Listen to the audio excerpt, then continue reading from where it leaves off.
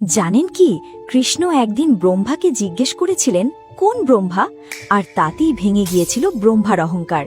একবার কল্পনা করে দেখুন, যিনি এই সমগ্র সৃষ্টির রচয়িতা, যার হাতে গড়া অসংখ্য গ্রহ নক্ষত্র আর জীবন, সেই ব্রহ্মাকেই যদি কেউ জিজ্ঞেস করে তুমি কে, তাহলে তার কেমন লাগবে?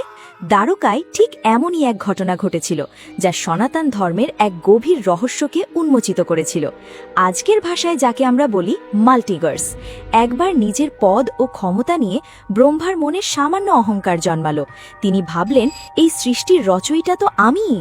এই ভাবনা নিয়েই তিনি গেলেন দ্বারকায় শ্রীকৃষ্ণের সঙ্গে দেখা করতে। দ্বারপালের কাছে তিনি গর্বের সঙ্গে বললেন, যাও, কৃষ্ণকে বলো ব্রহ্মা এসেছেন। দ্বারপাল যখন কৃষ্ণের কাছে এই বার্তা পৌঁছালেন, কৃষ্ণ মুচকি হেসে বললেন, জিজ্ঞেস করে এসো কোন ব্রহ্মা। এই প্রশ্নে দ্বারপাল যেমন অবাক, তেমনি বাইরে দাঁড়িয়ে থাকা ব্রহ্মাও হতভম্ব। ব্রহ্মা ভাবলেন, আমিই তো একমাত্র রচয়িতা, আমি ছাড়া আর কে? কিছুটা বিরক্ত হয়ে তিনি বললেন, বলো যে চার মাথাওয়ালা এই জগতের পিতা ব্রহ্মা এসেছেন। কিন্তু প্রাসাদের ভেতরে পা রাখতেই ব্রহ্মার পায়ের নিচ থেকে যেন মাটি সরে গেল। তিনি দেখলেন, সেখানে শুধু তিনিই নন, বরং আগে থেকেই উপস্থিত আছেন লাখ লাখ ব্রহ্মা। কারো 10টি মাথা, কারো 100টি, আবার কারো হাজার হাজার মাথা। তারা সবাই এসেছেন আলাদা আলাদা ব্রহ্মাণ্ড থেকে। এই দৃশ্য দেখে আমাদের চার মাথাওয়ালা ব্রহ্মার অহংকার মুহূর্তেই ভেঙে চুরমার হয়ে গেল। তিনি বুঝলেন, এই অনন্ত সৃষ্টিতে তিনি একা নন। তখন কৃষ্ণ তাকে বোঝালেন, এই অসীম সৃষ্টি আসলে কিভাবে পরিচালিত হয়। তিনি বললেন, ভগবান বিষ্ণু এক, কিন্তু তিনি 3টি রূপে এই বিশ্বকে ধারণ করেন।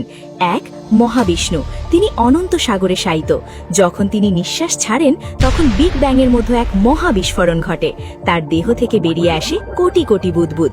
এই বুদ্বুদগুলিই হল অসংখ্য ব্রহ্মাণ্ড। 2, গর্ভদকশায়ী বিষ্ণু, মহাবিষ্ণুর সেই প্রতিটি ব্রহ্মাণ্ডের ভেতরে তিনি প্রবেশ করেন এবং সেখানেই ব্রহ্মার সৃষ্টি হয়। 3, ক্ষীরোদকশায়ী বিষ্ণু, এটি সবচেয়ে সূক্ষ্ম রূপ। তিনি এতটাই সূক্ষ্ম যে প্রতিটি কণা, প্রতিটি পরমাণু, এমনকি আমাদের হৃদয়ের ভেতরেও পরমাত্মা রূপে বিরাজ করেন। অর্থাৎ ভগবান যেমন আকাশে আছেন, তেমনি আমাদের অন্তরের গভীরেও আছেন। সনাতন ধর্ম শুধু বিশ্বাস নয়, এটি এক আধ্যাত্মিক বিজ্ঞান, যা হাজার বছর আগেই মাল্টিভার্সের ধারণা দিয়েছে। যদি এই সনাতনী জ্ঞান আপনার ভালো লাগে, তাহলে ভিডিওটি লাইক ও চ্যানেলটি সাবস্ক্রাইব করুন, আর কমেন্টে লিখুন জয় শ্রীহরি।